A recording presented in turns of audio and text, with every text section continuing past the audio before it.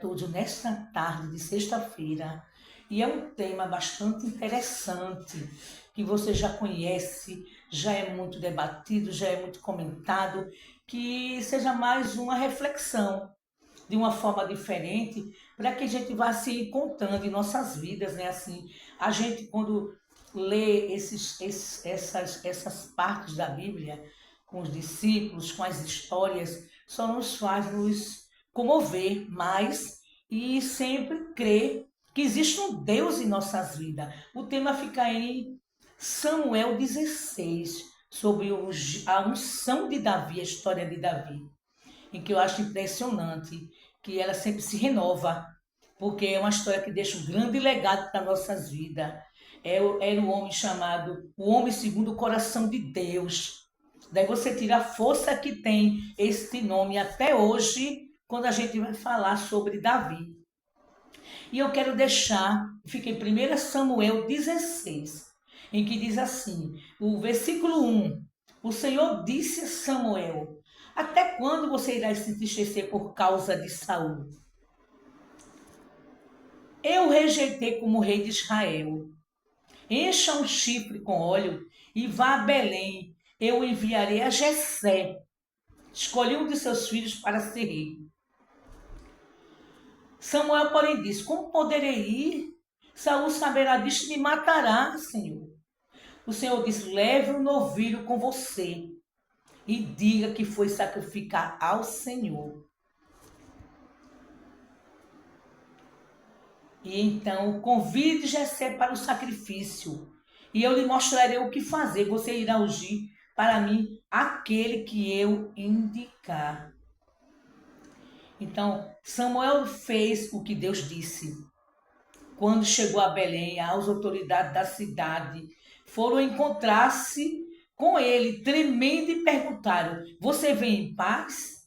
Respondeu Samuel: sim, venho em paz. Vim sacrificar ao Senhor, consagrem-se e venham ao sacrifício comigo. Então ele consagrou Jessé e os filhos dele e os convidou para o sacrifício. Então essa história eu acho muito linda.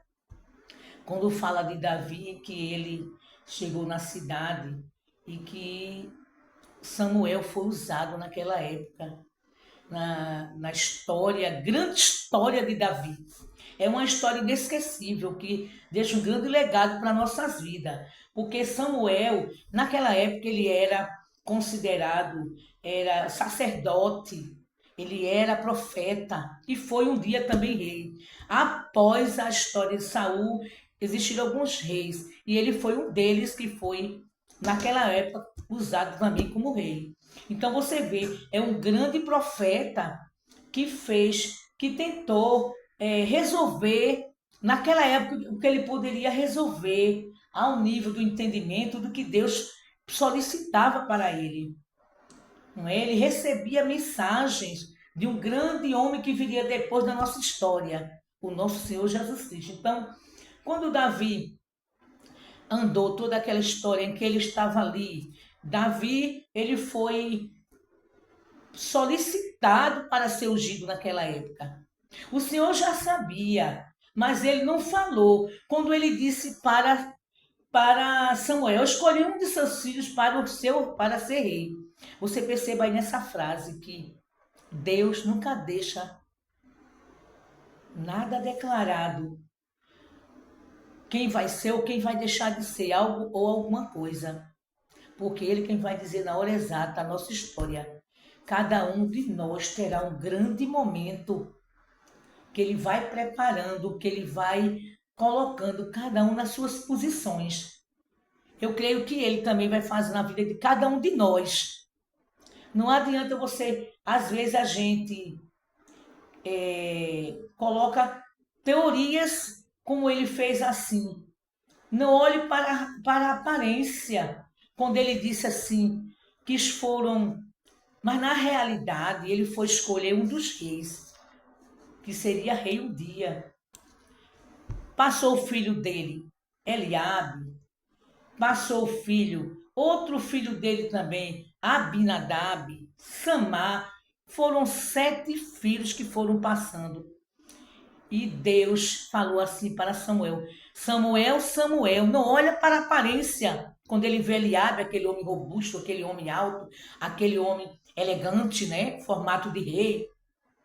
Mesmo assim, a nossa vida, a gente às vezes olha muito para a aparência. Não é só a aparência de vestes, a aparência do que a pessoa poderá ser teoricamente, a aparência de que a pessoa não é assim, a pessoa é assado. Cuidado com esta pessoa. E às vezes a gente erra, não é? Fazendo teorias, julgamentos de uma pessoa, não é? Eu creio que a gente tem que ter um grande cuidado para que a gente não fique em cima das aparências da nossa própria vida. Às vezes você se sacrifica para fazer uma coisa, para mostrar para a sociedade que você é uma coisa. Na realidade, você é uma outra coisa, não é? Eu me surpreendo muito com as pessoas assim, que a gente não toma cuidado com esse lado.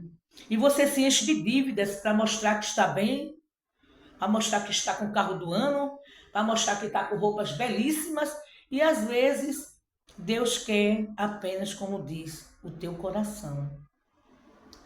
Ele quer que você vá cada vez, que você desça, não é? Que você mostre cada vez mais as tuas sensibilidades, as tuas fraquezas, as tuas emoções, as tuas visão do que você quer da sua própria vida. Porque você às vezes você fica sem saber. Porque quando você chega numa situação como essa de Davi, você fica olhando, procurando saber quem sou eu na sociedade, na realidade. Quem sou eu, o que eu fiz até agora na minha história de vida, na minha história em que eu estou até agora. Não tenho condições de manter ou de fazer isso ou aquilo de outra forma. Então você tem que cair na sua realidade. O que é duro para algumas pessoas aceitar a sua própria realidade. Então Deus quer que você seja aquela pessoa que, como foi feito, como ele foi tratando. Por que foi que ele escolheu o novo rei, que tinha apenas na faixa de 15 anos, vamos dizer? Porque ele sabia o coração já de Davi. E ele foi tratando, colocando ele em algumas situações complicadas, em algumas situações que ele tinha que mostrar que ele estava se tratando. Quando ele estava ali naquelas ovelhas apacentando, ele já estava testando Davi naquele ambiente. Deus às vezes gosta dos, vamos dizer, os improváveis. Aquela pessoa que menos você espera que vai acontecer. São aquela pessoa, como se diz, que está vazia. Eu quero prepará-la. Por isso que ele diz aqui no momento em que ele diz: enche o teu chifre com óleo. Mesmo assim é nossa vida. Ele quer que você venha vazio. Se você vai se encher do que ele vai te dar, do que ele vai te preparar para durante toda a tua vida. Mesmo assim, ele fez com Samuel. Samuel não olha para as aparências, mesmo Samuel, com todo o preparo, ele caiu em várias posições aqui, quando citou os filhos de Jessé. Então Deus quer que você se trate, que você se prepare cada vez mais, para que você alcance melhor, tenha mais visão, você ter mais cuidado com a sua própria vida, você não ficar naquela de aparência. Deus não vê a aparência, Deus vê o coração de cada um de nós. Vamos nos preparar mais para que a gente se fortaleça cada vez mais. A vida não está fácil, a vida está complexa, ninguém sabe mais quem é quem. Porque as coisas vão se renovando, as coisas vão se tomando rumo, um novo rumo. A cada momento vai tomando um novo rumo e ele vai mostrando que temos que seguir, ter uma reta.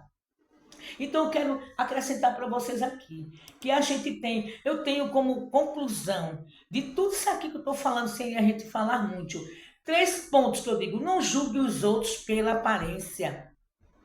Não julgue. A gente às vezes olha a aparência, fica em João 7,24. Pare de julgar pelas aparências e faça um julgamento correto. Isso fica em João 7,24.